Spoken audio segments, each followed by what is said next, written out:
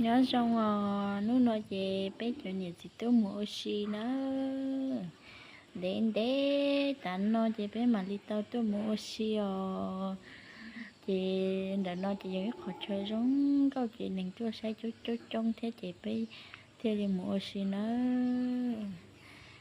để nó lúc xuống đòn trọ về của thế là chi cho lúc xuống của thế là chỉ cho lúc xuống nữa của tụi chị thế của tụi mình ăn rồi chỉ cho xe của một buổi sáng chỉ bỏ lời bây giờ này nó mà là gì sắp lơ mà nó mà 30 tháng tiêu đấy mà chúng sắp lơ đi đâu cũng mua sái ok ui giời ơi mua sái ok Anh gì? bán con đi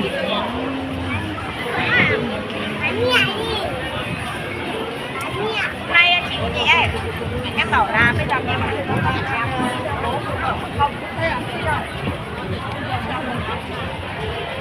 theo con Thảo đuổi, nếu mà mẹ đuổi bố ở nhà không có đi ra bố không được mà đâu đi.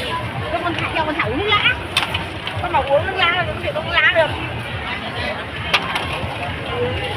Con bảo cứ theo đi sẽ không uống lá.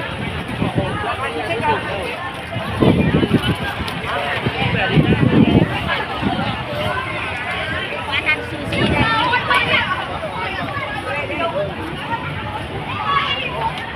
ta làm một cái dừa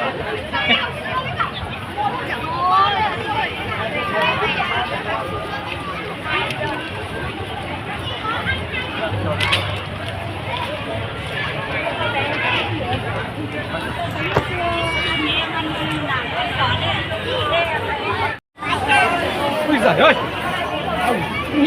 Anh gì? bán con đi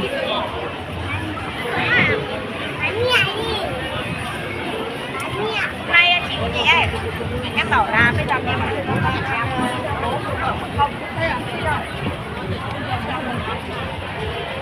theo con Thảo đuổi, nếu mà mẹ đuổi bố ở nhà không có đi ra bố không được mà đâu đi. Cái con Thảo theo con Thảo uống nước lá. Con bảo uống nước lá là không thể uống lá được.